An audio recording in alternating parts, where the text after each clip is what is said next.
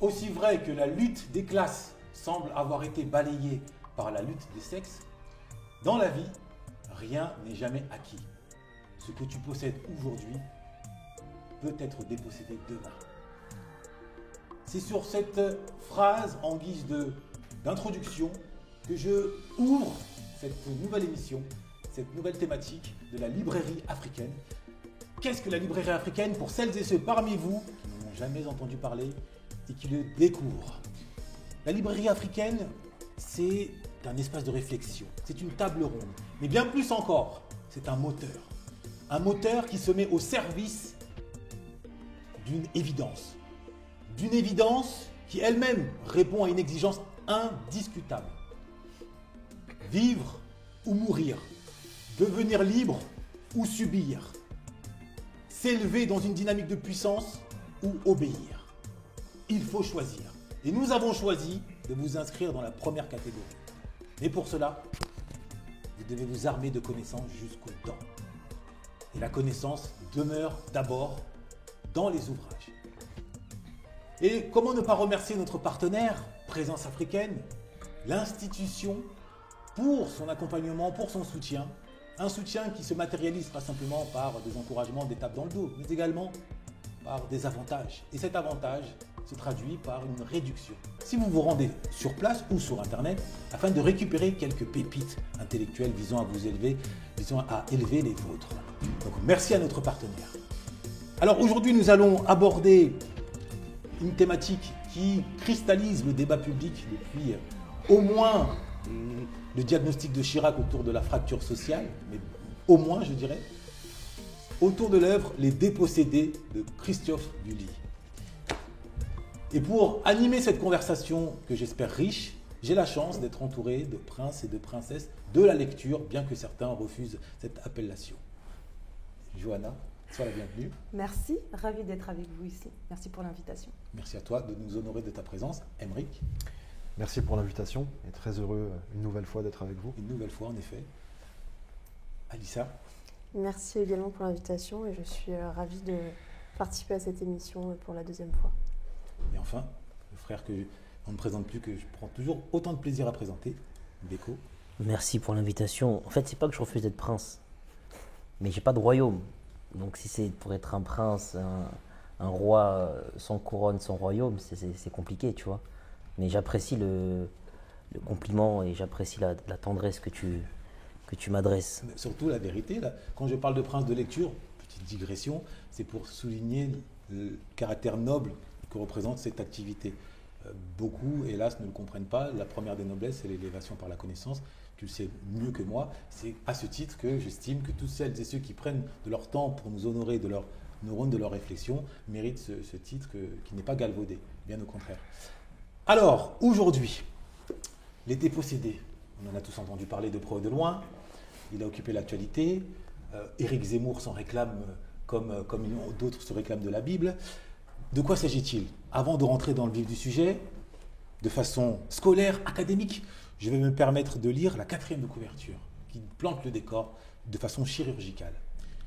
Ils subissent un éloignement géographique, social, politique et culturel. Ils sont la majorité. Ils sont à l'origine de toutes les contestations actuelles, qui ne ressemblent à aucun des mouvements sociaux des siècles passés. Ils sont les dépossédés. Les dépossédés. Donc Christophe Guilluy montre comment les classes populaires répondent magistralement à leur disparition programmée, en imposant une alternative à un modèle condamné. Bon, au moins on sait de quel bord il penche. Ceci étant, quel regard portez-vous? On va commencer sur un fait d'actualité qui a marqué un moment d'histoire à l'échelle de la France contemporaine, le mouvement des Gilets jaunes. Comment l'avez-vous vécu?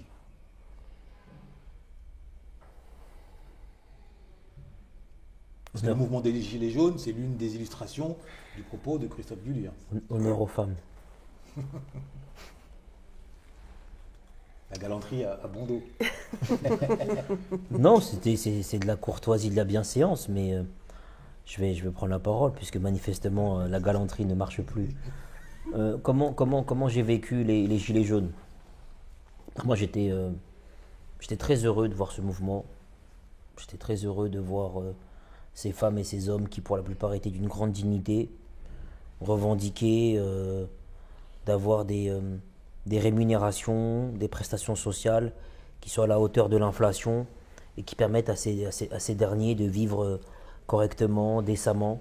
J'étais très content de voir ces mobilisations autour des ronds-points, ces moments de solidarité, ces moments d'échange où on recrée du lien, où on prend le temps de parler à son voisin, on prend le temps de s'alarmer de sa situation, de s'intéresser à son quotidien, de s'intéresser à ce qu'il fait, à ce qu'il vit.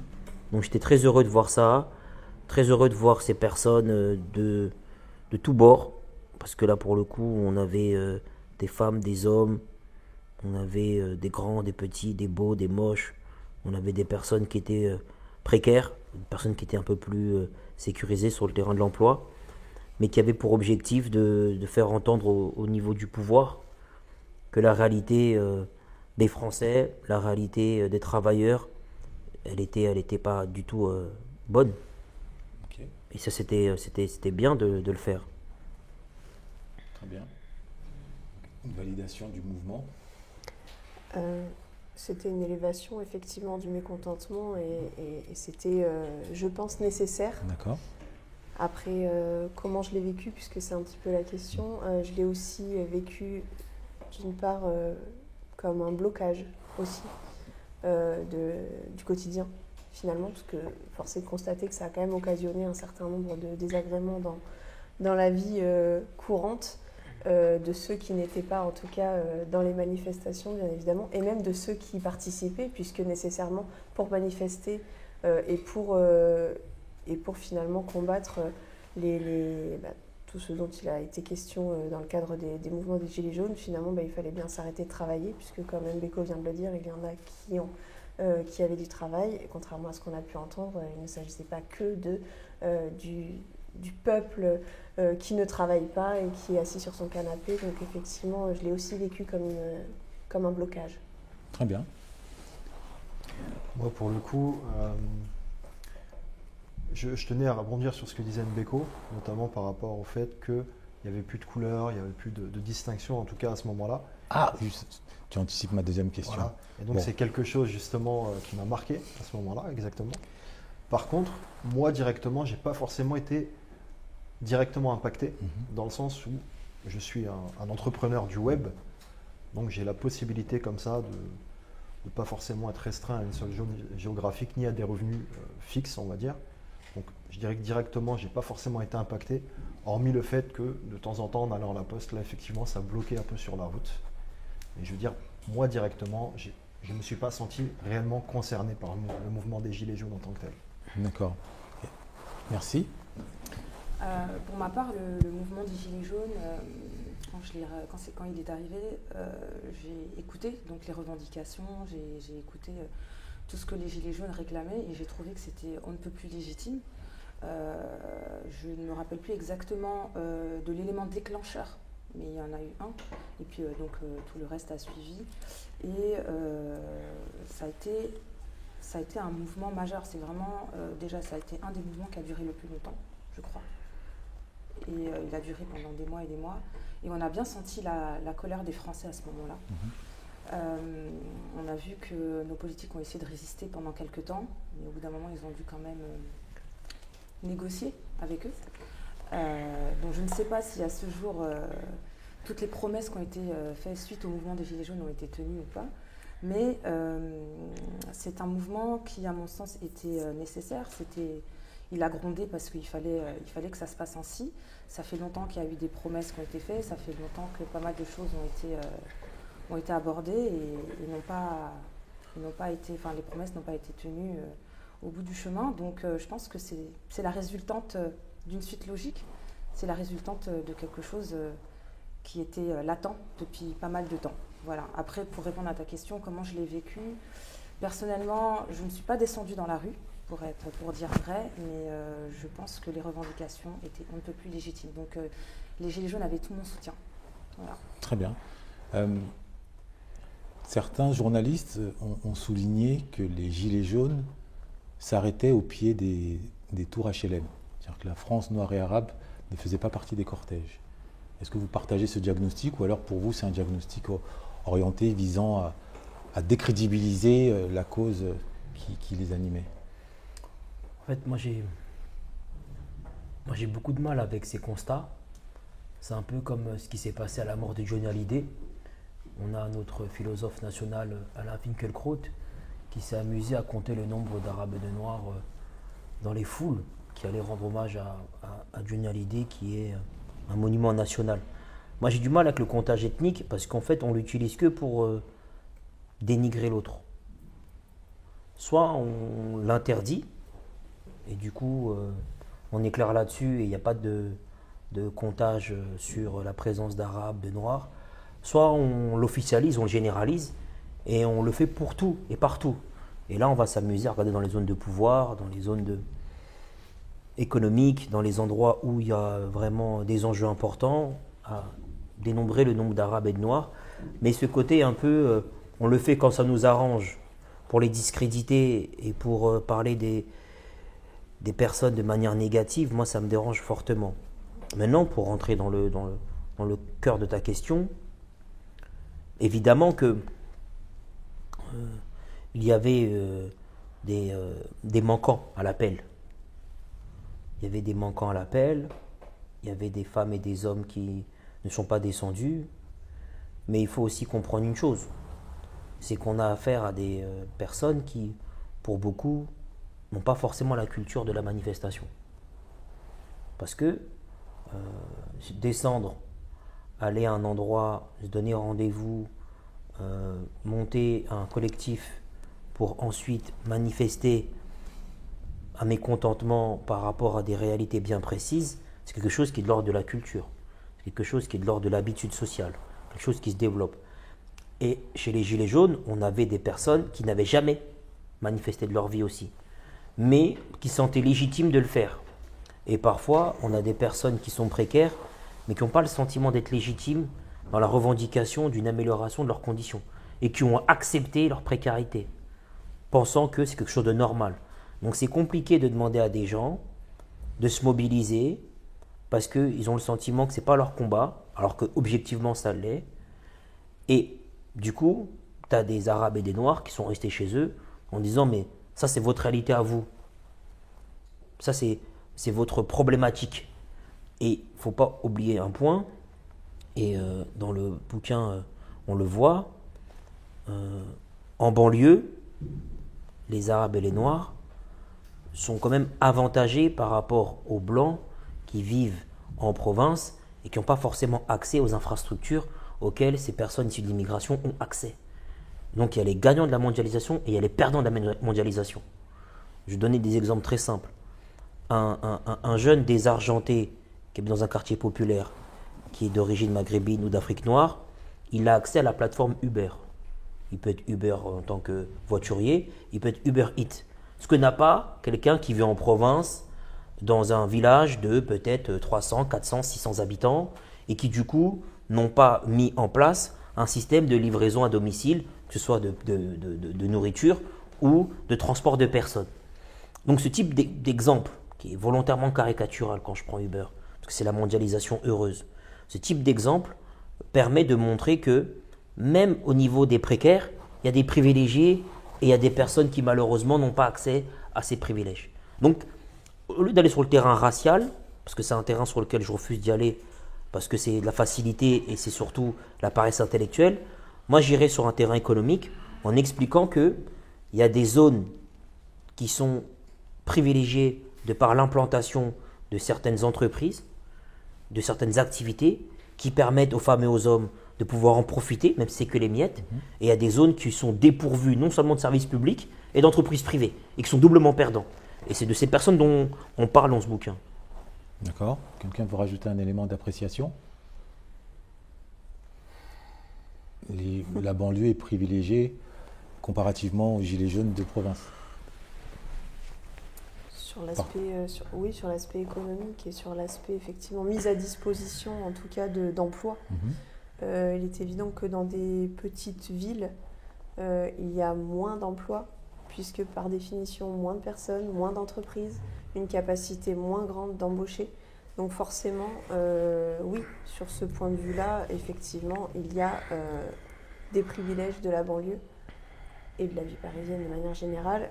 En revanche, pour parler en connaissance de cause, il y a aussi d'autres avantages que les banlieues ne peuvent qu'envier, j'allais dire, aux provinciaux. La tranquillité, évidemment, le calme. Oui, c'est une sorte de paix de l'esprit, plutôt, davantage.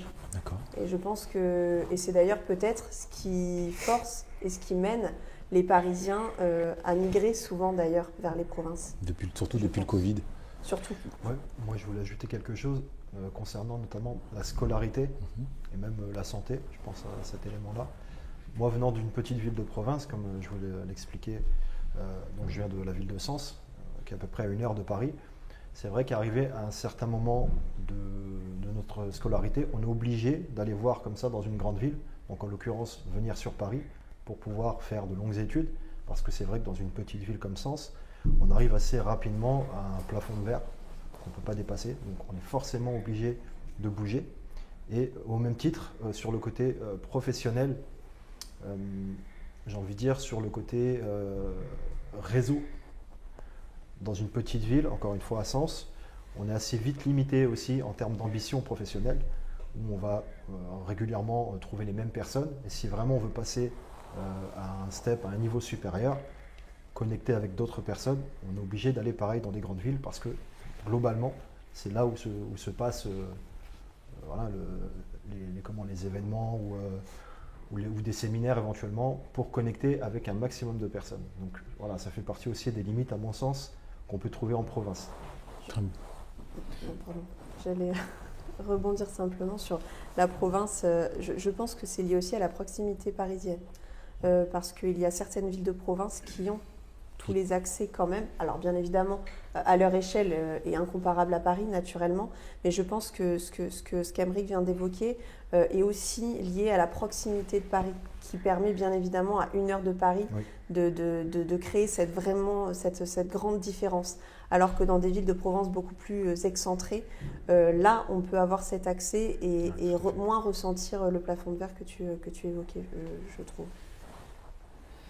Oui, il y a également le fait que les personnes qui sont justement en province, et encore quand je dis province, voilà, comme l'a dit Alicia, je ne parle peut-être pas des villes périurbaines qui sont non loin de Paris, mais vraiment, si je peux l'appeler ainsi, la campagne profonde. C'est vrai qu'il y a des problématiques d'infrastructures, notamment par exemple la désertification médicale, donc la difficulté de trouver un médecin ou d'avoir un rendez-vous assez rapidement. Si ce n'est que pour citer ce point-là, mais il y a aussi le fait qu'avec la gentrification de certaines banlieues, et de Paris, ça c'est depuis pas mal d'années déjà, en fait, les personnes... Pour ceux qui ne connaissent pas le sens du mot gentrification, on va dire l'embourgeoisement des quartiers, si je peux l'appeler comme ça, merci. oblige un certain pan de la population qui a des revenus faibles à s'excentrer en fait. Et c'est un phénomène qui arrive tout seul de lui-même quand on voit une certaine catégorie socio-professionnelle arriver. Voilà, il y a des petits signes qui montrent que le quartier est en train de se gentrifier et donc ça va de pair avec le prix du mètre carré qui au bout d'un moment pousse à l'exil, si je peux dire ça comme ça, sauf ceux qui sont potentiellement dans les logements sociaux. Et encore, ils voient également leur loyer augmenter. Mais pour les autres, à un moment donné, le niveau de vie, le prix du mètre carré ne permet tout simplement pas de rester. Et voilà, si on veut acheter par exemple un bien immobilier pour y vivre avec sa famille à partir d'un certain nombre de mètres carrés, en région parisienne, ça devient très très très vite inaccessible cher, pour beaucoup. inaccessible. Donc beaucoup de personnes n'ont pas d'autre option que de partir plus loin pour pouvoir avoir un bien, un prix décent et pouvoir continuer à vivre. Voilà. Très bien, merci. Alors tout à l'heure, tu évoquais le point de départ, le détonateur du mouvement des Gilets jaunes. De mémoire, il avait été occasionné par une vidéo d'une femme qui a poussé un cri d'alarme, à la fois un cri du cœur, je crois, Madame Martin, et notamment autour du prix du baril. Elle disait que c'était devenu inaccessible pour elle, que c'était insupportable, ça l'empêchait d'aller travailler, sachant justement par manque d'infrastructures qu'en province, la voiture fait office de bus, fait office de train. Comment expliquez-vous que, apparemment, et elle a été rejointe dans cette idée par beaucoup, comment expliquez-vous qu'à l'époque des Gilets jaunes, le prix du baril qui a fait basculer le peuple dans la rue était de 1 euro? Aujourd'hui, il est de 1,50 €, voire 2 €, les gens restent chez eux. C'est la résignation, comment vous l'expliquez? Alors qu'on peut penser qu'ils ont leur salaire, n'ont pas non plus connu la même ascension. Il y a plusieurs facteurs. Il y a aussi, par moments, des personnes qui sont désabusées. Il y a beaucoup de personnes qui sont dégoûtées par la politique, qui n'y croient plus et qui ont le sentiment que peu importe ce qui se passe, que ce soit des manifestations, l'occupation de certains sites, le fait d'aller voter, ça ne change rien. Donc il y a beaucoup de personnes qui ont renoncé à la mobilisation, qui vont opter pour des systèmes parallèles, qui vont développer de la solidarité avec différentes personnes, qui vont développer des alternatives au niveau du véhicule en partant sur une logique plutôt très basique, c'est-à-dire on fait du covoiturage pour limiter les coûts, comme ça on va développer un moyen de résistance à la cherté de la vie. Donc il y a beaucoup de solidarité qui se met en place parce qu'ils ont compris que attendre de l'État et attendre du pouvoir politique une quelconque amélioration de leurs conditions de vie, c'était chimérique, complètement illusoire. Donc ils sont inscrits dans des logiques de résistance silencieuse, résistance qui sont pas bruyantes mais qui sont bel et bien visibles sur le terrain. Et c'est pour ça qu'aujourd'hui on a le sentiment qu'ils ont renoncé alors que pas du tout, c'est juste qu'ils sont adaptés. Très bien, merci. Il y a également justement le côté qui s'essouffle par la force des choses. Quand vous faites plusieurs mois de grève pour soutenir un mouvement, il y a un moment donné, il faut pouvoir avoir les moyens de sa politique, il faut pouvoir assumer derrière parce que c'est sans salaire pour sa famille. Si vous avez une personne qui par exemple a un crédit immobilier sur le dos, a sa famille à nourrir, combien de temps on peut rester à faire grève, combien de temps on supporte. Donc à un moment donné, les personnes sont rattrapées aussi par la vie de tous les jours. Donc je pense qu'il y a un moment donné, la force des choses fait que c'est un mouvement qui s'essouffle et qu'on ne peut pas perdurer comme ça des mois durant. Ça peut revenir potentiellement, mais il y a un moment donné, il y a aussi ce qu'a dit Mbeko qui est vrai. Les personnes sont, je pense, beaucoup de personnes sont résignées en fait, parce qu'ils voient qu'il n'y a pas les résultats escomptés à la fin et ils ne croient plus en la politique, ils ne croient plus aux belles promesses. Ça ne prend plus, donc je pense qu'il y a une forme de résignation. Ok, merci. Un élément à rajouter? Je rejoins ce que vous dites sur la résignation.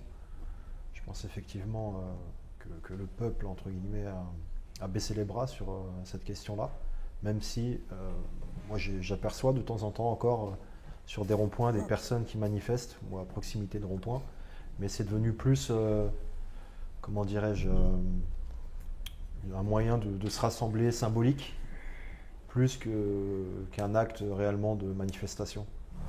Donc voilà, j'ai l'impression que les gens sont résignés à ce niveau-là. Résignation.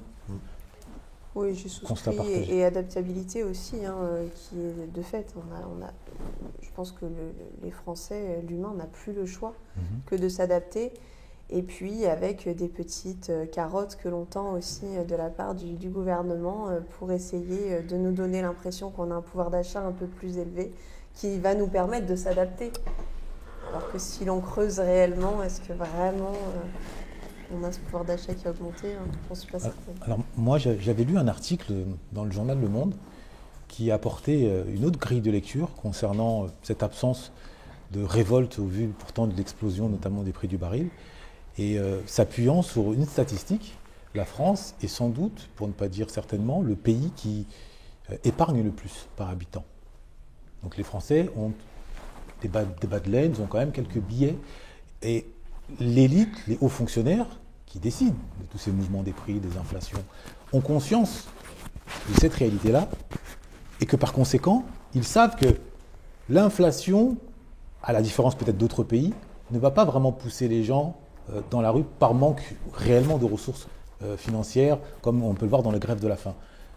l'inflation va juste pousser un certain nombre d'entre eux à creuser un peu plus dans leur épargne. Donc c'est une lecture qui a pas mal été partagée, au point même qu'on avait vu un sketch, je ne sais pas si vous l'avez vu, qui circulaire. On voit un militant gilet jaune, en tout cas un humoriste, et qui donne sa liste de revendications. Et en fait, la liste est interminable. Et à la fin, ses collègues viennent lui dire ah, c'est bon, arrête, c'est bon. Je ne sais pas si vous avez vu ce sketch, qui un peu discrédite ces revendications et font passer le peuple, une partie du peuple des Gilets jaunes, un peu comme des enfants gâtés qui refusent les dures réalités d'une mondialisation, là où les autres peuples du monde acceptent plus on va dire les contraintes de la difficulté de vivre et acceptent davantage de se retrousser les manches. Et si vous pouviez impressionner vos interlocuteurs, tant par la finesse de vos raisonnements que par la puissance de vos arguments. Je suis venu vous livrer une méthode 5 étoiles qui va vous permettre d'acquérir cette compétence, qui vous permettra de structurer vos idées avec clarté et précision. Elle vous permettra également d'argumenter avec persuasion et conviction. Inscrivez-vous dès maintenant si vous êtes déterminé à transformer votre vie en prenant enfin possession de vos pleines capacités intellectuelles.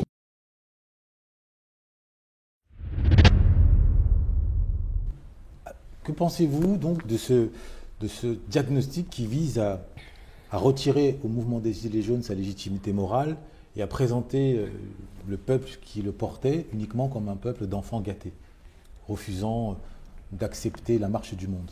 C'est pour les décrédibiliser, déjà, et c'est pour éviter c'est pour que le politique, lui, puisse de toute façon légitimer son action en montrant que de toute façon ce n'est pas crédible, ce n'est pas viable, ce que vous demandez, ou du moins on va essayer de le faire, on vous a compris, on vous a écouté. Voilà, on peut, comme l'a dit Alicia, on peut vous tendre quelques carottes et puis en estimant qu'ils vont bien se contenter de ça et que le vent va passer et qu'on pourra passer à autre chose. Quand vous regardez dans l'actualité ou même dans l'histoire, il y a eu beaucoup de révoltes, beaucoup de choses, et à chaque fois c'est la même chose. C'est-à-dire qu'une actualité en balaye une autre et qu'à un moment donné ça va passer et on va tous passer à autre chose. Sauf que c'est pas passé, l'inflation est encore là, les gens trouvent toujours d'autres solutions, encore plus pour pouvoir s'en sortir, et en fait on est dans une course sans fin parce qu'il faut s'adapter à chaque fois. Donc c'est la preuve. C'est la preuve. Tu mets le doigt sur quelque chose qui donne raison un petit peu aussi au pouvoir public, c'est que justement, on trouve toujours des solutions. Et c'est ça, je pense, qui finalement cause le cœur, enfin, en tout cas occasionne un certain nombre peut-être de décisions de la part de l'État et des décisionnaires, puisque finalement, on arrive à s'adapter, quoi qu'il en soit, et quelles que soient les décisions qui sont prises, et quand bien même ça nous révolte, finalement, on s'adapte et on arrive à vivre. Et je ne vais pas dire que personne n'en meurt, mais presque. Et c'est ça la réalité. C'est un constat que finalement, quand bien même nous ne sommes pas d'accord, on y arrive quand même. Donc ça rejoint ce diagnostic de peuple enfant gâté. Je t'en prie, non. Oui. Moi, en fait, j'ai l'impression que même déjà au moment où les Gilets jaunes sortaient, mais encore plus maintenant, que c'était considéré au bout d'un moment comme un mouvement un peu, alors quel terme que je pourrais employer, peut-être ringard, où les gens ont été peut-être assimilés à des ploucs ou ce genre de termes qu'on pourrait utiliser. Ils ont subi un mépris social, quoi. Voilà, un mépris social, tout à fait. Et encore plus aujourd'hui. Comme je vous disais, moi j'aperçois encore sur certains ronds-points des personnes qui manifestent et concrètement, on les considère comme des clowns un petit peu en fait. Donc, des bouseux. Voilà, des bouseux, des paysans, vraiment des gens qui sont là pour amuser la galerie. Ce qui fait qu'à mon avis, voilà, effectivement, il y a eu ce côté un peu... on a banalisé la chose et c'est rentré dans le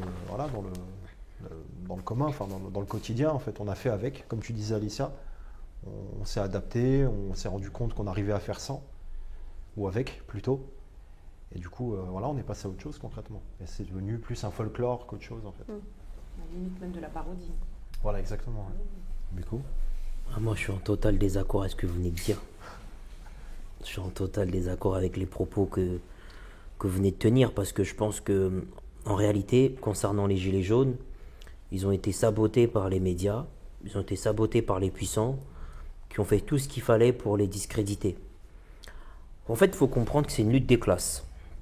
Vous avez ces personnes qui n'ont que leurs bras, que leurs jambes pour vivre, pour travailler, qui pour certains ont un peu d'épargne, mais c'est pour l'avenir de leurs enfants, c'est pour préparer les études, parce qu'en général, ils aspirent pour leurs gosses à des situations plus confortables que les leurs. Donc c'est une épargne de survie, c'est pas une épargne de complaisance pour acheter un yacht ou acheter une île privée comme certains. Donc déjà, il faut comprendre la réalité de ces personnes. Ensuite, il y a un élément qui vous échappe, mais je vais faire le nécessaire pour vous rappeler. À qui appartiennent les médias? Quand tu parles du monde, Oui, tout à fait. le monde appartient à qui? Moi, j'ai travaillé au monde. J'étais en stage au monde.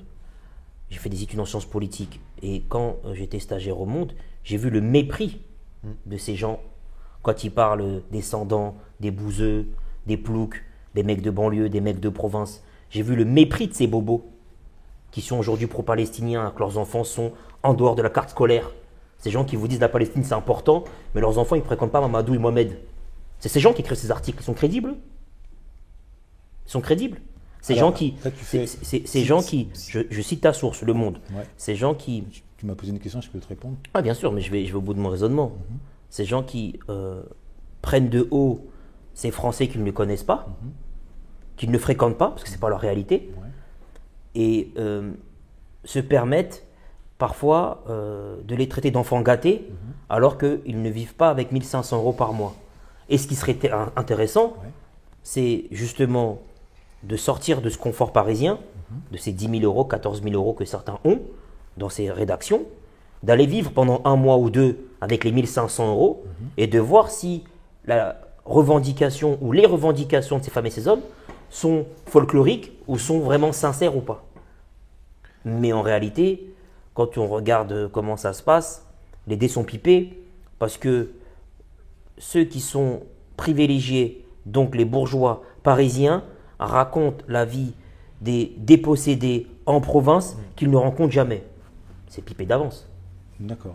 Donc pour toi, le journal Le Monde ou les journaux, les médias aux mains des puissants ne peuvent pas poser un regard objectif sur la réalité des prolétaires. Non. Ok. Mais pourquoi? donc, Mais je vais t'expliquer. Vas-y, finis. donc lorsque Victor Hugo écrit Les Misérables, il est à côté de la plaque. Non.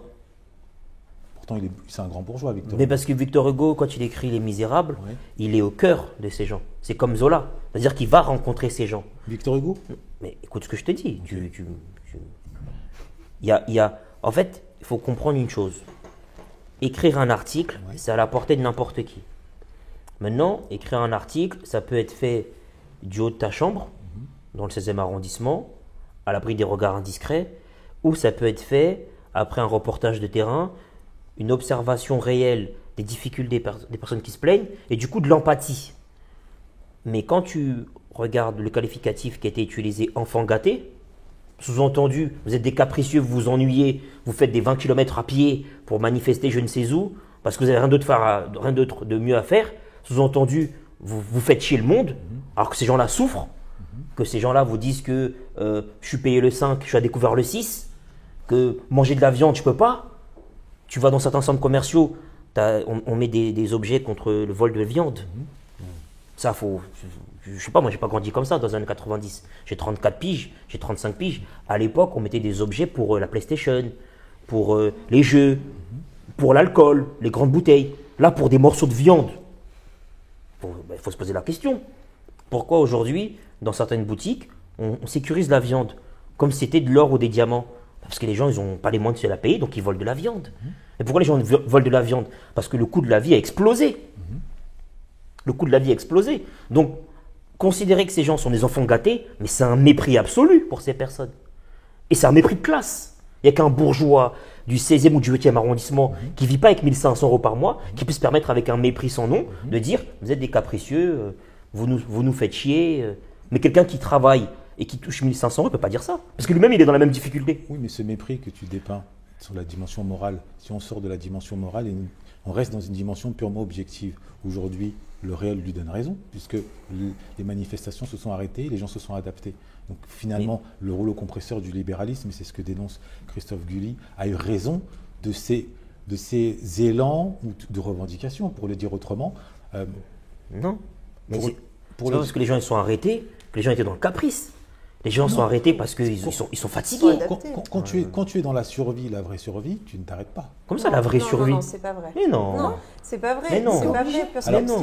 moi je trouve qu'il faut pas oublier que ces personnes qui manifestent, Ouais. ce ne sont pas forcément toutes les personnes qui sont comment dire, ou plutôt dans l'autre sens. Toutes les personnes concernées ne manifestent pas. C'est plutôt dans ce sens-là.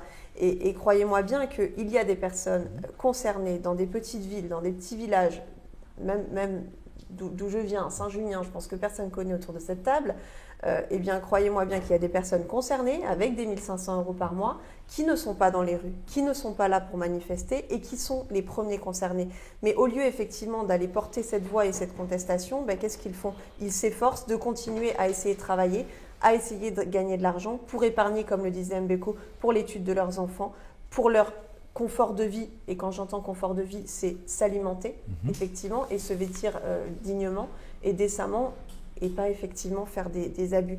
Donc c'est en ce sens qu'il y a quand même, je pense, une différence entre les manifestants et ceux qui le vivent. Et c'est peut-être là où il y a eu des amalgames, je pense, parce que je pense que l'image qui a été peut-être menée derrière les médias, en tout cas devant les caméras, n'était pas forcément la réalité des personnes concernées. En tout cas, je pense qu'il y avait un vrai clivage parfois. Ok. Peut-être pas au départ, avec la masse, mais au fur et à mesure, et les derniers manifestants dont Emeric parle encore aujourd'hui, est-ce que c'est toujours ces personnes-là qui sont réellement concernées, qui manifestent? Ça, j'en doute. Mais de toute façon, il y a un problème. Les dés sont pipés parce qu'en France, la quasi-totalité des médias mainstream appartiennent à 9 milliardaires. 9 milliardaires qui sont les gagnants de la lutte des classes.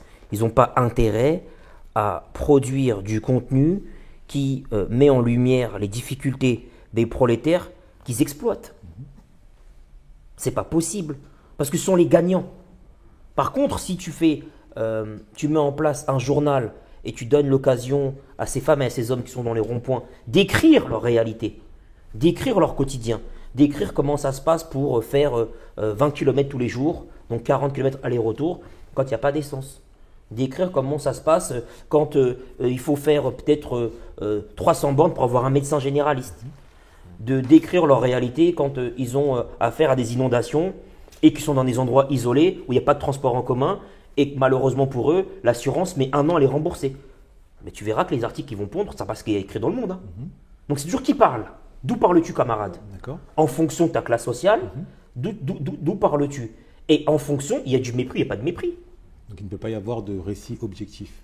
Chez les bobos, là? Non, je demande. Mais non. Ok. Mais oui, mais tu mets deux sur une réalité Mais qui non. est effectivement un clivage réel entre les décideurs Donc quand publics, les un médias. quand un bourgeois parle au nom des pauvres, il est objectif. Quand il ne parle Non. pas au nom des pauvres, il ne peut pas être Moi, je objectif. n'ai pas dit ça. Non. Je n'ai pas dit ça. Non, Parce que Victor Hugo parle au nom des pauvres. C'est comme tout simplement, enfin, dans la justice ou dans le gouvernement, des personnes qui vont prendre des décisions, qui vont créer des lois pour des individus et pour des situations qui eux-mêmes n'ont jamais vécues. C'est à côté de la plaque. Donc Mélenchon, par exemple, est à côté de la plaque. Mais parlons de Mélenchon. Par exemple. Mélenchon, ça fait 40 ans qu'il est en politique. C'est quoi son métier? C'est pour ça que je pose la question. Mais, parlons de Enfin, Mélenchon. politique. Non, mais ça fait 40 ans. Ça fait 40 ans qu'il fait de la politique. Quel est son métier? Est-ce qu'il a déjà vécu, est-ce qu'il a déjà eu un mois dans sa vie à découvert? Pourtant, il parle au nom des prolos. Non, mais il parle au nom des prolos. Il Oui, a le droit. mais- Donc lui aussi, il n'est pas crédible. Depuis Non, son compte. non, mais Bah. moi, je te dis une chose très simple. Tu me parles de Mélenchon. Moi, je te parle de crédibilité. Ok. Mélenchon, c'est un bourgeois. D'accord. Il parle au nom des prolétaires. Ok. Est-ce pour autant qu'il est crédible dans la mesure où la réalité qui est la sienne est celle d'un bourgeois privilégié qui, malheureusement pour lui, ne peut pas, de façon pertinente, donner du crédit à la parole d'un pauvre. Tu ne peux pas. Ok. Moi, ce que je pense, Ouais.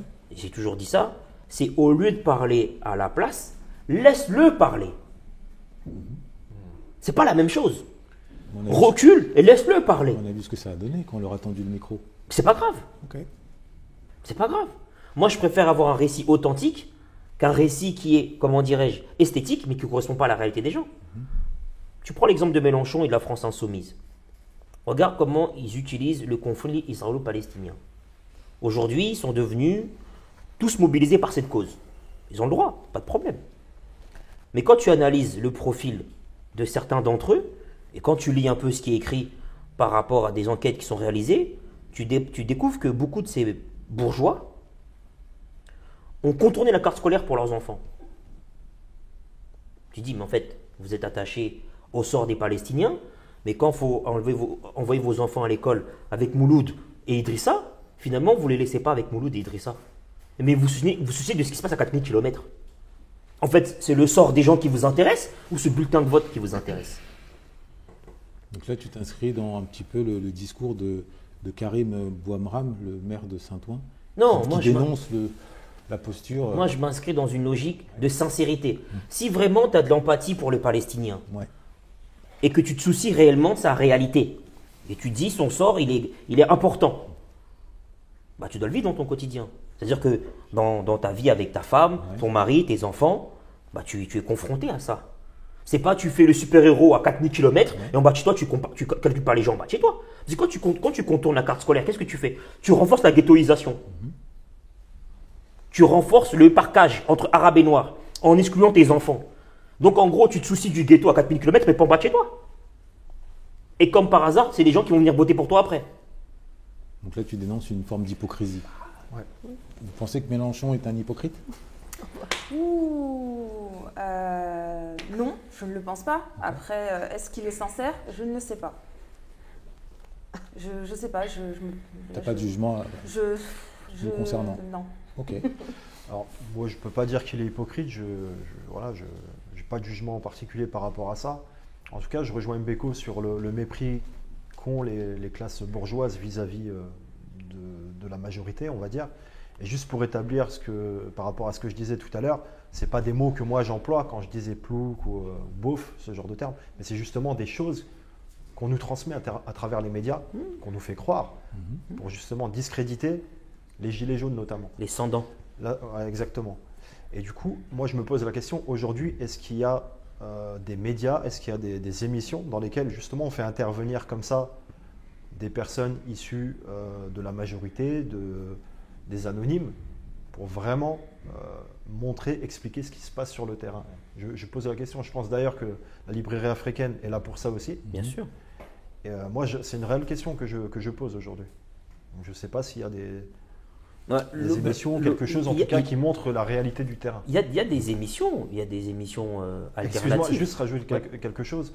Des émissions qui existent, mais en tout cas qui ne prennent pas en dérision. Bien sûr. Ça va forcément être des médias indépendants. Parce que les médias, comme l'a dit Mbeko, de toute façon, le discours est orienté. C'est-à-dire, ils n'ont pas intérêt à montrer que de toute façon, ils sont contre les personnes à faible revenu et qui les exploitent. Donc, ça va souvent être les mêmes personnes, ou du moins les mêmes discours un peu misérabilistes qu'on va aller filmer. On va, comme il le dit très bien Christophe Guilly dans son livre, on va aussi montrer en exemple un transclasse. Regardez, lui, il a pu le faire, lui, il a pu s'élever. Donc, vous voyez bien que c'est possible avec un minimum d'effort. La réalité, c'est que c'est pas facile de s'extirper de sa catégorie socio-professionnelle. Je ne dis pas que c'est impossible. Moi, je ne fais pas partie de ces gens qui ont le discours fataliste, qui disent « je viens de la banlieue, donc je ne peux pas m'en sortir ». J'y crois pas, parce que je viens pas de la banlieue, mais j'ai grandi à la Goutte d'Or, à Barbès. Et toutes les personnes que j'ai autour de moi, et on a eu beaucoup de personnes qui ont réussi aujourd'hui, et pas que dans le milieu artistique, parce que pendant longtemps, pour les Noirs et les Arabes, c'est l'ascenseur social, c'est le sport, la musique, enfin bref, de manière générale, le milieu les artistes en général. Donc et des personnes qui gagnent bien leur vie, qui sont entrepreneurs ou autres. Donc voilà, mais c'est quand même un discours qui est très... je trouve qui est assez sournois, c'est-à-dire d'utiliser une personne qui vient d'un milieu défavorisé en montrant que si lui il a pu le faire, tu peux le faire aussi. D'une certaine façon, oui, il n'appartient qu'à soi-même de travailler et d'essayer de s'en sortir dans la vie, mais la réalité c'est que on ne part pas du même point. La ligne de départ compte pour beaucoup dans la vie d'un individu. Quand vous avez des parents qui ont déjà les bons contacts, le bon compte en banque, vous fréquentez déjà les bonnes personnes, vous ne partez pas avec le même bagage que quelqu'un qui vient de la banlieue, qui a fréquenté Mouloud Idrissa pour en résumé, voilà, enfin, je termine juste mon propos. Voilà, donc les médias n'ont de cesse quand même d'avoir ce discours, et quand on sait à qui appartiennent les médias, c'est sans surprise finalement. Okay. Donc en résumé, en France, le peuple, et en l'occurrence le peuple des Gilets jaunes, est plus victime de sa condition que responsable de sa condition. Non, moi je ne suis pas d'accord. Non. Pose la question. Non, moi je ne suis pas d'accord du tout, parce que, cet exemple que Johanna vient de donner, ça peut être vu effectivement comme peut-être risible, mais non, ça peut aussi être un espoir, parce qu'il ne faut pas oublier que la vie c'est un choix. La vie c'est des choix même. Et c'est des choix, et quels que soient les moyens que l'on ait. Je suis navrée, mais encore une fois, j'étais loin de Paris, loin de la banlieue. Je suis arrivée il y a seulement que 8 ans. Et croyez-moi bien que je ne suis pas fille d'eux et fille d'eux. Et j'ai fait des choix. Et bien évidemment que mes parents en ont fait aussi, pour me permettre d'arriver aussi là où j'en suis. Mais c'est une question de priorité, de à quoi on veut donner la priorité et qu'est-ce que l'on veut faire. Et se donner les moyens pour le faire. Parce qu'il n'y a pas que l'argent dans la vie, il y a la volonté. Et la volonté d'y arriver, c'est grâce à la volonté qu'on peut y arriver et pas que grâce à l'argent. Il est évident qu'il y a certaines études qui sont fermées. Et il y a des portes qui sont fermées si on n'a pas l'argent. Et d'ailleurs, c'est la raison pour laquelle on s'oriente vers des facultés. Mais on y arrive quand même. Donc tu dirais que les Gilets jaunes... Et j'ai le plaisir de dire que j'en suis la preuve, en fait. Tu dirais que les Gilets jaunes manquent de volonté ? Je pense que, non, c'est un peu trivial, mais je pense qu'en tous les cas, faire des revendications sur la réalité du manque de moyens, c'est une chose et c'est une réalité. Mais je pense aussi qu'il faut savoir tout faire pour y arriver, en tout cas, tout mettre en œuvre. Mais ce n'est pas parce qu'on ne met pas tout en œuvre qu'on n'y arrivera pas. Mais je pense quand même qu'il ne faut pas être fataliste, en fait, tout simplement. Il ne faut pas être fataliste. J'ai pas d'argent, je gagne 1 500 €, donc j'y arriverai jamais. À ce compte-là, effectivement, on n'y arrive jamais. C'est pas une seule petite et infime partie qui réussit avec peu. Je pense qu'il faut simplement s'en donner les moyens, et c'est pas que financier. Très bien. Et quel regard portez-vous sur le jugement, pour ne pas dire l'accusation, parce qu'il prend clairement position, de Christophe Guilluy, à l'encontre des fameux 1%. Le monde d'aujourd'hui serait divisé entre les 1% et les 99%. Et avec ce discours anti-libéralisme. Autrement dit, est-ce que vous voyez dans le libéralisme mondialiste, comme d'aucuns diraient, un système qui est porteur plus de vertus ou davantage de vices ? Plus de vices. Moi, je souscris à la thèse de l'auteur. Moi, j'en veux pour preuve, je ne sais pas si vous avez vu, je dis ça de mémoire et n'hésitez pas à me corriger si je me trompe, mais le PDG de Citroën, qui a touché 36 millions d'euros de revenus, il a été interrogé il n'y a pas très longtemps, il a dit « je ne sais pas ce que c'est qu'être riche ». Quand on dit qu'ils sont hors sol, là on a la démonstration qu'on a affaire à une élite qui pour beaucoup est complètement hors sol. On a des gens qui ont vu leurs usines fermées, délocalisées. On a un PDG qui dit à 36 millions d'euros par an, je ne suis pas spécialement riche. Alors qu'on a des personnes qui dorment dans leur voiture, qui ont du mal à boucler les fins de mois. Alors moi je parlais à l'échelle du monde. Je te prends un exemple français. Okay. On n'a pas besoin d'aller loin, je prends un exemple français. Non, parce que tout à l'heure tu as dit les perdants et les gagnants. Oui, oui. Et lui c'est un gagnant. Peut-être que la France fait partie des perdants de la mondialisation, là où une grande partie du reste du monde fait partie, quand je pense aux pays émergents, aux BRICS, il y a beaucoup de pays qui ont bénéficié positivement du libéralisme, de l'ouverture du marché, l'accès à un certain nombre d'emplois, à l'éducation, aux soins. Mais en fait, je pense que ce que dit Christophe là dans son ouvrage, c'est pas tant la suppression du libéralisme. Ce qu'il va promouvoir, c'est une régulation. C'est pas la même chose. C'est pas un communiste. C'est pas un communiste, c'est pas du tout ça. C'est quelqu'un qui veut, par exemple, qu'il y ait des écarts beaucoup plus décents entre le premier ouvrier et le PDG. Mais tu fais comment pour réguler ça Tu fais des lois. Et puis les 35 heures, ça a été imposé par la loi. Les patrons n'étaient pas contents parce qu'ils voulaient exploiter les gens 70 heures, 80 heures par semaine. De toute façon, ils ne travaillaient pas. Donc c'est facile d'exploiter le corps de l'autre. On leur a dit c'est 35 heures.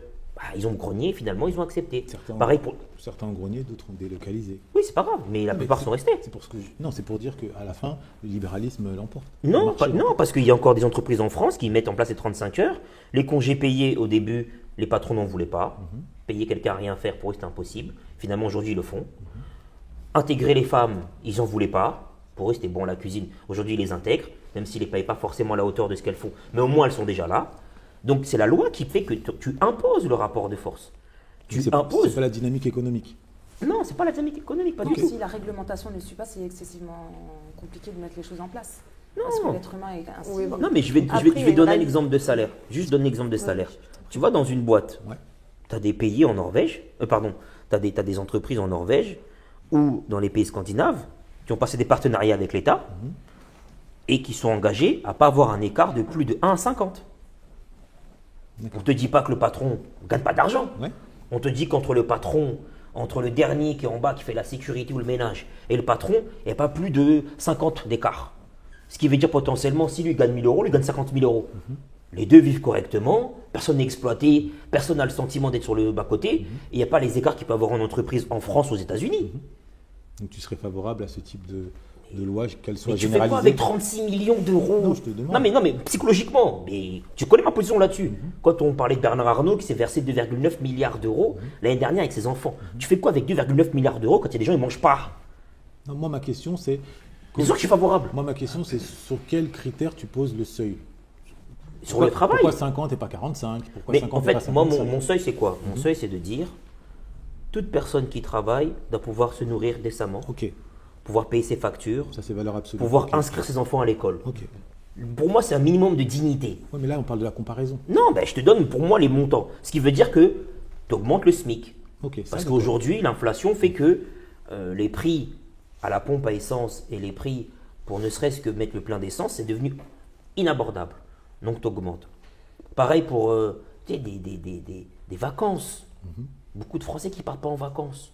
Parce que financièrement, ils n'ont pas les moyens. Mais est-ce que tu dirais que, parce que pour reformuler, hein, est-ce que tu dirais que l'excès de salaire occasionne la survie de certains? Non, c'est pas ça. Ok. C'est Donc, que. on peut, Non, c'est on- pas ça. donc on pourrait éventuellement imaginer que si tout le monde a accès au minimum pour obtenir une certaine dignité, est-ce qu'il faudrait par ailleurs limiter quand même les salaires? Non, non, non, non, non, non. Ok. Moi, je ne veux pas limiter les salaires. Si tu veux vraiment le fond de ma pensée, je ne veux pas limiter les salaires. Mais comme, si tu veux, le salaire, c'est un gâteau. L'entreprise, elle a produit pour 100% de richesse. Maintenant, c'est la répartition. Ouais. Est-ce que tu prends 99% pour un individu et tu laisses 1% pour le reste? Ou tu fais potentiellement 50% pour lui? Donc, au lieu de lui donner 36 millions à lui, là, tu lui donnes 6 millions et les 30 millions, tu les repartages mieux. Il ne va pas mourir avec 6 millions. C'est juste ça. D'accord. C'est pas compliqué ce qu'on demande. Les gens, ce qu'ils disent, c'est quoi? Nous, on veut travailler et pouvoir vivre de notre travail. Mais tu sais ce qu'ils te répondent, mon frère. Mais je laisse pas le choix, je fais la loi. Tu vois qu'à l'esclavage, ils ont fait comment l'esclavage? Attends, tu sais ce qu'il te répond. Il te répond, ok, mais sur quels critères? Mais je Pourquoi- lui laisse pas le choix, Herman. D'accord. On impose. Donc tu penses que la loi est plus forte que le pouvoir économique? Je te dis qu'ils voulaient pas payer les gens à rien faire. Aujourd'hui, ils les payent. Et puis les lois sont utilisées surtout aussi comme bon leur semble. Enfin, j'ai découvert ma grande naïveté il y a peu quand une amie m'a dit, elle travaille au ministère du Travail, m'a dit non mais attends, tu crois que les aides là que l'État crée, elles sont pour qui? Elles sont pour les grandes sociétés, elles sont pour Dassault, elles sont pour ces grosses sociétés là. Et sauf que l'augmentation du SMIC, bien sûr que je suis la première à prôner cela. Mais quid finalement des petites entreprises qui ne peuvent pas faire face à cette augmentation-là? Demain, enfin, encore une fois, je parle de ce que je connais, puisque c'est comme ça qu'on est le plus convaincu. Mais ma mère est chef d'entreprise, on parle d'un salon de coiffure. Aujourd'hui, elle a une employée. Demain, on lui demande d'augmenter le SMIC. Comment fait-elle? Elle ne se verse plus de salaire? Et pourtant, ça fait 20 ans qu'elle est chef d'entreprise. Sauf que quand on parle des chefs d'entreprise, ben, on s'imagine tout de suite les grosses sociétés. On parle des PME. Sauf que non, c'est pas ça. Ouais, ouais. C'est pas ça la réalité. Et sauf que les aides que l'État crée, encore une fois, c'est de la poudre aux yeux. Les aides que l'État crée, ce sont pour les grosses entreprises. Ça maintient les gens sous perfusion. Et c'est ça, ça nous donne l'image, ça nous donne encore une fois la carotte pour se dire mais oui, on nous a écoutés, enfin. Mais pas du tout, dans la réalité, pas du tout. Pas du tout. C'est une mécanique extrêmement perverse. Parce que, enfin, quand je dis perverse, bien sûr que c'est bien d'avoir une augmentation et que les revenus augmentent. Mais si le coût de la vie augmente avec, au final, ça revient strictement à la même chose. Ok. Donc il faut qu'il y ait...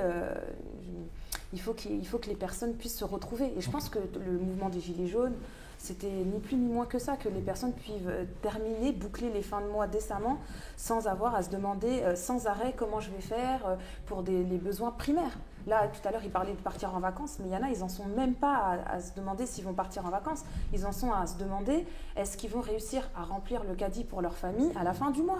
Partir en vacances, pour certaines personnes, c'est déjà du luxe. Mais bon, Quand alors, on est à je sens- 1500 Pardon, enfin, hein, voilà. c'est que là, je suis sorti du cap purement franco-français. Parce que c'est ce qu'il fait, hein, pour avoir un regard Oui. mondial. Oui. La difficulté que tu évoques en France aujourd'hui, à l'échelle du monde, beaucoup de pays, beaucoup de populations sont sortis de la misère grâce au libéralisme, grâce à cette fameuse main invisible. Donc là où Christophe Guilly semble en dénoncer les effets, certains effets, d'autres applaudissent à ces effets. D'où ma question, est-ce qu'il y a plus d'effets à l'échelle de l'humanité et à l'échelle de l'évolution de cette dernière, plus d'effets positifs au système tel qu'il est, ou plus d'effets négatifs?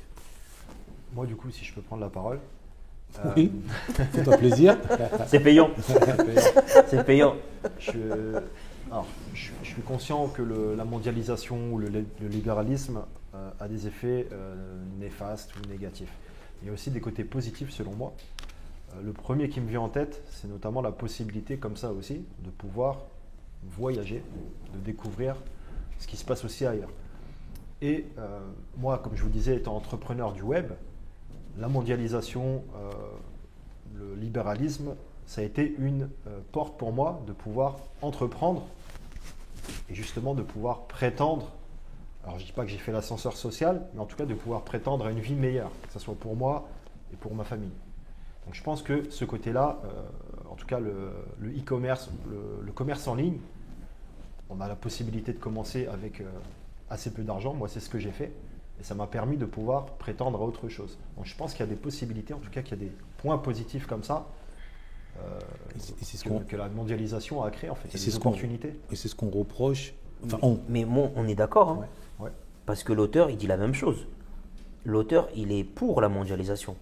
Par contre, ce qu'il veut, c'est réguler au sein des entreprises des écarts qui sont indécents.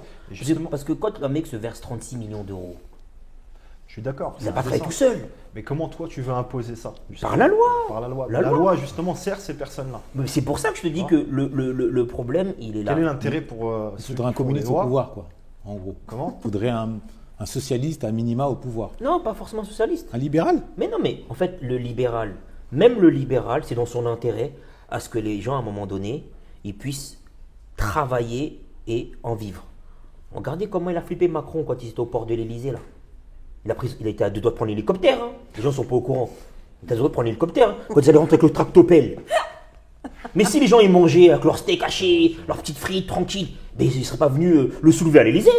Il y avait un cortège qui était là pour le sécuriser. Donc même le libéral, il a intérêt à ce que les gens aient un minimum de nourriture, de décence, pour que l'instant de révolte disparaisse. Donc le libéral, il a intérêt. Ça, on est d'accord. Il faut que ça soit régulé. tout Donc simplement. il a même intérêt, lui, Ouais. sans être un gauchiste pour autant. Mhm. Parce que j'entends déjà les gens dire, ouais, Mbeko c'est un gauchiste. C'est pas ça. C'est faire en sorte que les gens puissent vivre décemment de leur activité professionnelle. Voilà. Et là, malheureusement, en France, ça s'est dégradé. Exactement. Alors, C'est- certains, Et c'est pas remettre en cause la Alors, non, mondialisation. Pas pour tout le monde. hein. cette dégradation En tout cas, il y a 12 millions de travailleurs pauvres en France. hein. pour Sur 65 millions, c'est énorme. hein. un quart, donc ça fait trois quarts qui ne sont pas pauvres. Verre à moitié vide, à moitié plein. Ce qui- Hein ce qui- Tu comptes les enfants, toi? Tu comptes. 12 millions de quoi? Tu me dis sur 65 millions? Non, j'ai dit sur 65 millions, déjà, il faut prendre les gosses Ouais. qui ne travaillent pas, il faut prendre les retraités qui ne travaillent pas. Et les retraités, t'as vu le nombre de précaires Tu penses qu'il y a un actif sur deux qui est... en France? Ouais. Moi, j'avais entendu que c'était 10% de la population active qui vivait sous le seuil de pauvreté. Mais en fait, c'est beaucoup plus que ça. Parce que Plus. en fait, il faut prendre en considération. Déjà, on enlève les gosses. Déjà, où est le seuil de pauvreté? C'est quand on est à... 1000 euros. Je ne crois C'est pas. 900 Je euros, crois- 900 et je crois- quelques. Je crois que c'est un peu moins. C'est Ah, un peu 900. plus, pardon. C'est 1000 ou 20. Déjà, regarde. Il paraît que c'est 10-12%. Je crois que c'est quoi, on est en dessous de 1000. Regarde, si tu veux, regarde, si tu veux. C'est plus. Pour analyser Ouais. la précarité, il faut prendre en considération pas mal de facteurs. Il faut prendre en considération les petites retraites. Ouais. Tu as beaucoup de Français qui, malheureusement, ont des petites retraites. Ensuite, il faut prendre ceux qui sont au chômage, qui, malheureusement, pour eux, ne travaillent pas. Il y a ceux qui ne veulent pas travailler et ceux qui ne peuvent pas travailler. Après, il faut prendre en considération les gens qui sont des travailleurs pauvres. Eux, c'est les pires. Ils ont un emploi, mais malheureusement pour eux, ils ne peuvent pas se loger. Certains dorment dans leur voiture, ne peuvent pas manger à leur faim. Ils sont dans une précarité absolue, alors qu'ils travaillent. C'est eux qui sont vraiment, vraiment dans une situation très, très difficile. Parce qu'ils expérimentent dans leur chair une frustration qui est de tous les jours. Et potentiellement, ils voient leur patron verser 36 millions d'euros, venir à la télé dire « je ne sais pas ce que c'est qu'être riche ». Donc pour toi, Et après, on leur dit calmez-vous, soyez respectueux, soyez décents. et pour toi, il représente quel pourcentage de la population, ceux-là, ceux qui sont vraiment confrontés en tête à tête avec la pauvreté? avec Le les chiffre misères. des travailleurs pauvres, c'est entre 10 et 11 millions en France. Ok. C'est violent, Sur à peu près 40 millions d'actifs. c'est énorme. Ça fait pratiquement. En fait, Un quart. oui, non, mais en fait, il n'y a pas que ça. Ok. Parce que maintenant, tu as les personnes qui sont en emploi précaire. C'est-à-dire que ce pas des travailleurs pauvres classiques. C'est les femmes en général, familles En gros, ma monoparentales. question, les malheureux de ce système, pour toi, ils représentent combien de pourcents? Après, je ne vais pas dire de bêtises, je n'ai pas le pourcentage. Mais ce que je peux dire, c'est qu'il est en constante progression En France. en France. Ok. Ah oui, on parle. Non, des justement, déposés en j'essaie France. je suis sorti de la France pour essayer justement de soulever la question plus mondiale. C'est là où j'ai évoqué le 1%, 99%. Et pour clôturer un petit peu notre discussion, j'en viens à la question plus culturelle ou identitaire que Christophe Guilluy aussi met sur la table. Est-ce que le libéralisme est le destructeur du sens même de l'existence à l'échelle des populations? Alors, moi, avant de répondre à cette question-là, moi, je voulais juste rebondir sur la question de la mondialisation. Ouais. La question de la mondialisation, moi, je ne pense pas que la mondialisation, que ça soit binaire, que ça soit blanc ou noir, qu'elle ait fait soit plus de mal, soit plus de bien. Je pense que ça dépend dans quel pays on se trouve, en fonction du lieu géographique. On a des histoires différentes. Il y a des pays où la mondialisation a juste noyé le pays. Il y a Tu as un exemple? Alors, noyer le pays, j'ai un exemple qui me vient en tête, peut-être que ça n'est pas représentatif de tout ce qui se passe dans le pays. Par exemple, vous avez une entreprise comme Coca-Cola qui va au Guatemala ou au Mexique, qui promet aux personnes le rachat de leurs terres à des prix justes parce qu'il y a de l'eau en dessous, parce qu'ils ont besoin d'eau pour produire du soda. Ils ne les relogent pas, ils les exploitent, ces personnes sont laissées pour compte. Et ce sont les grands perdants de la mondialisation. C'est un exemple comme un autre. Donc, le Guatemala aujourd'hui est noyé? Alors, noyer, le mot est un peu fort pour Ok. le Guatemala et je ne suis pas une grande experte de tout ce qui se passe au Guatemala. Ça, D'accord. c'est juste là, je parle d'un phénomène que je connais puisque je travaille dans le domaine de l'environnement. Mais, ou alors, il y a aussi les personnes qui ont décidé de se dire, bon, moi, je vais tirer profit de la mondialisation, je vais essayer de voir comment je peux tirer mon épingle du jeu et je pense que de toute façon, c'est comme ça qu'il faut prendre les choses. Le monde est en constante évolution. Il faut essayer de s'adapter et de se dire où est-ce que je peux et comment je peux tirer ça à mon avantage pour essayer de m'en sortir. Parce que sinon, je veux dire, sinon on se positionne en victime. Et alors, je ne dis pas que les personnes, je ne dis pas que c'est facile de le faire en fonction, encore une fois, de son lieu géographique. Quand vous habitez dans une petite ville, par exemple, perdue au centre de la France, vous n'avez pas Uber comme il disait tout à l'heure. Par exemple, un jeune de cité peut se dire, voilà, je vais faire Uber pour faire un peu d'argent en plus. Là, c'est pas possible. Vous voulez faire Airbnb, qui va venir dans votre bled là-bas? Personne. Bon. Donc, Émeric, il aime bien les destinations un peu, En gros, ce que un peu éloignées. voilà, donc c'est vrai que c'est pas facile, c'est pas binaire, c'est pas blanc ou noir, c'est pas. Si, c'est mathématique, il y a des calculs. À un moment donné, tu calcules qui profite financièrement, qui ne profite pas. Quand tu Oui, regardes, tout dépend de quel- quand tu regardes les pays émergents, tu regardes la Chine, qui est encore considérée comme un pays émergent, tu regardes l'Inde, tu regardes le Brésil.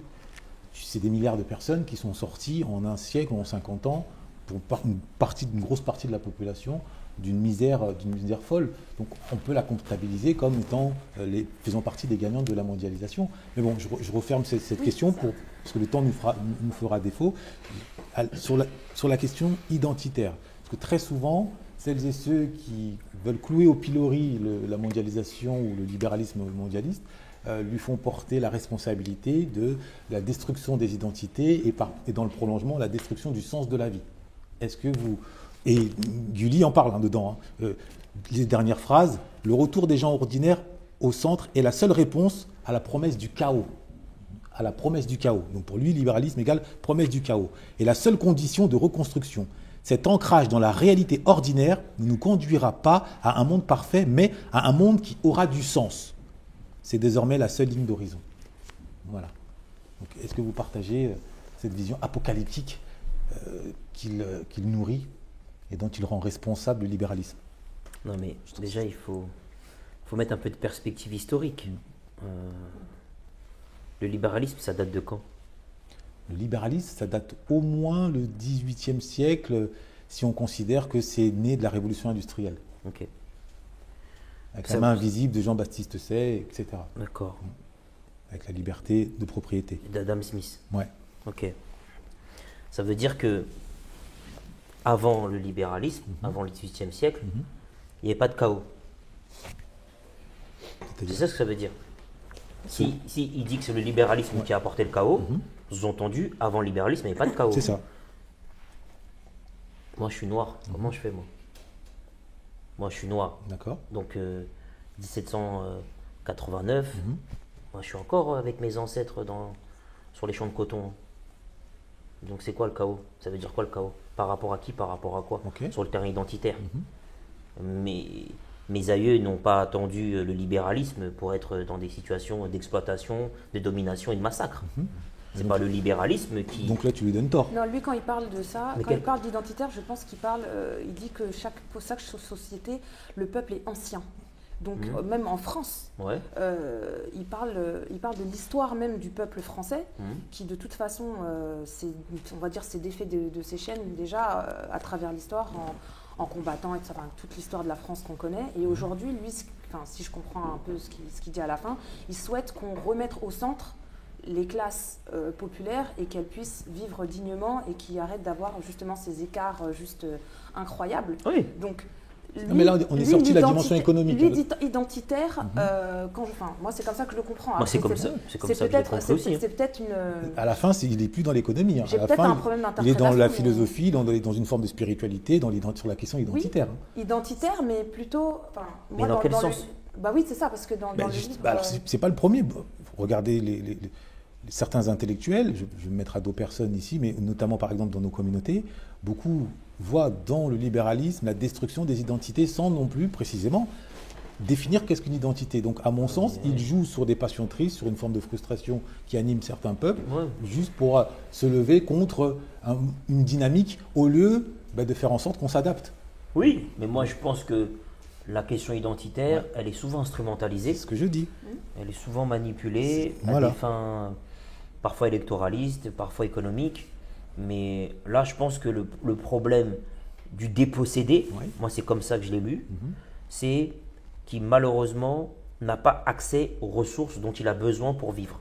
Les ressources médicales, les ressources scolaires, les ressources professionnelles. Il est dans plusieurs déserts médicaux, déserts des infrastructures en termes de transport en commun. Et du coup, il a une frustration de par l'endroit où il habite parce qu'il ne peut pas vivre décemment et dignement là où il a grandi. C'est ça le dépossédé. Ok, donc tu as cette lecture. J'avoue que moi j'avais une autre lecture, surtout concernant le début de l'ouvrage. Il explique que les prolétaires ont eu accès à la plage, qui était jusque-là réservée aux bourgeois, et qu'ensuite, avec justement la gentrification et autres, on leur a retiré donc cet accès à la bourgeoisie. Donc en somme, c'est comme si on les avait ramenés à leurs conditions initiales. Donc, exactement. Pour moi, être les dépossédés, à mon sens, c'est juste une vision du français prolétaire qui, grâce à la colonisation, a pu bénéficier des avantages de celle-ci dans son pays, mais au détriment du reste de la terre. Et maintenant que le reste du monde sort de cette colonisation et prend son destin en main, les conséquences directes sur le territoire, c'est qu'ils sont perdants et qu'il faut qu'ils se convertissent à la société de la connaissance, parce que l'Europe a fait le choix, et notamment la France, de la société de la connaissance, en externalisant les industries et les conséquences directes, c'est le peuple qui n'a pas des compétences intellectuelles et qui est uniquement de la main-d'œuvre. Voilà les dépossédés d'aujourd'hui, en tout cas selon ma lecture. Il faudra refaire un épisode, je pense. En tout cas, quelle serait votre conclusion pour inciter les uns et les autres, à défaut de devenir communistes, au moins à comprendre la grille de lecture de Christophe Guilly? Je pense que c'est un sujet qui est vieux comme le monde, qui est encore d'actualité, qui nous concerne pour la plupart, hein, parce que je ne fais pas partie des 1%, n'est-ce pas? Voilà, Personne ne fait partie des 1% ici. Mes parents, ouais, mais je tiens à le dire, mes parents sont des retraités qui ont des petits salaires. Justement, je fais partie de ces personnes qui réfléchissent en plus de mon travail à comment avoir des side business, si je peux les appeler comme ça, pour pouvoir justement augmenter mes revenus et terminer mes fins de mois décemment. Donc je pense qu'on est concerné, c'est un sujet qui est d'actualité, donc il est important de le comprendre et de comprendre les rouages historiques qui ont emmené à cette situation. Et c'est pas mal d'avoir le point de vue de l'auteur. Bon, après, il n'est pas forcément hyper facile à lire, je trouve, mais c'est quand même un ouvrage utile. C'est le mot qui me vient en tête. Très bien, merci. Aymeric? Non, simplement pour revenir sur le livre, et ce que disait Johanna, c'est vrai que c'est un livre, moi pour ma part, j'ai eu aussi beaucoup de mal à lire, hein, tout simplement. Et j'ai trouvé que l'auteur, effectivement, n'était pas assez nuancé dans ses propos. Effectivement, il était beaucoup orienté contre le libéralisme et la mondialisation. Et à mon sens, il a quand même, alors même si c'est sa vision, mais il y a beaucoup de zones qu'il n'a pas explorées, en tout cas qu'il n'a pas mis en avant. Comme je disais, justement, les avantages de la mondialisation, qui selon moi sont assez nombreux malgré tout, et qui permettent, encore une fois, j'en suis la preuve, à des personnes lambda, issues justement de la majorité et je ne vais pas dire du prolétariat, mais en tout cas, voilà, on a compris, de pouvoir s'émanciper un petit peu du système et de pouvoir évoluer. Donc c'est un livre qui selon moi est intéressant, mais voilà, qui malgré tout ne fait pas ressortir assez de nuances sur le sujet. Très bien, je te remercie. Oui, moi je vous invite à lire ce livre, non pas pour devenir communiste, mais en tout cas pour développer votre esprit et votre sens critique. Car je trouve justement, par son esprit très engagé et sa façon d'écrire, que ça peut développer chez vous et faire naître justement des opinions si vous n'en aviez pas jusqu'alors. Très bien, je te remercie. Moi, je suis très, très fan de ce monsieur, moi. Moi, j'aime beaucoup. J'avais déjà lu un livre de lui. Et moi, j'aime bien le parti pris. J'aime bien le parti pris. Il a voulu donner de la visibilité à des personnes qui, en temps normal, sont soit invisibilisées ou décriées dans les médias. Donc, rien que pour ça, moi, j'apprécie la démarche. C'est vrai qu'il est un peu technique sur certains points, qu'il n'est pas forcément digeste immédiatement, qu'il faut relire, qu'il faut prendre le temps de digérer l'information, faire des recherches. Ça, c'est sûr que ce n'est pas un bouquin de Marc Lévy, mais il y a beaucoup d'informations, il y a beaucoup d'analyses très justes de la réalité de millions de Français, et c'est important de le garder en mémoire et de savoir que la vie de nos compatriotes n'est pas évidente pour tous. Et c'est un bel hommage aux prolétaires qui, pour beaucoup, se battent pour des meilleures conditions. Donc je vous incite à lire ce livre et à prendre des notes, parce qu'il y a quand même des pépites. Oui, il y a pas mal de pépites. Moi, bon, vous l'aurez compris, je suis l'anti-Christophe Dully. Je vois dans cet ouvrage les larmes du privilège blanc. Et ça, c'est pas moi qui le dis. Un ouvrage intitulé La domination blanche le cite en exemple. C'est, à mes yeux en tout cas, il décrit une partie de la population qui subit la libération et l'enrichissement des autres contrées de la planète. Le monde aujourd'hui appartient aux compétences et non plus à une couleur de peau, appartient au diplôme. Donc évidemment, hélas, qu'on le veuille ou non, quand on ne peut pas s'adapter à ce nouveau monde, quand on ne peut pas prendre son destin en main par la lecture, par la compétence, surtout quand on vit dans des espaces qui donnent accès à ces nouvelles compétences, quand on refuse de se reconvertir, la reconversion professionnelle, eh bien après on peut se réfugier dans cet ouvrage pour se donner au moins une bonne âme sur le terrain de la morale.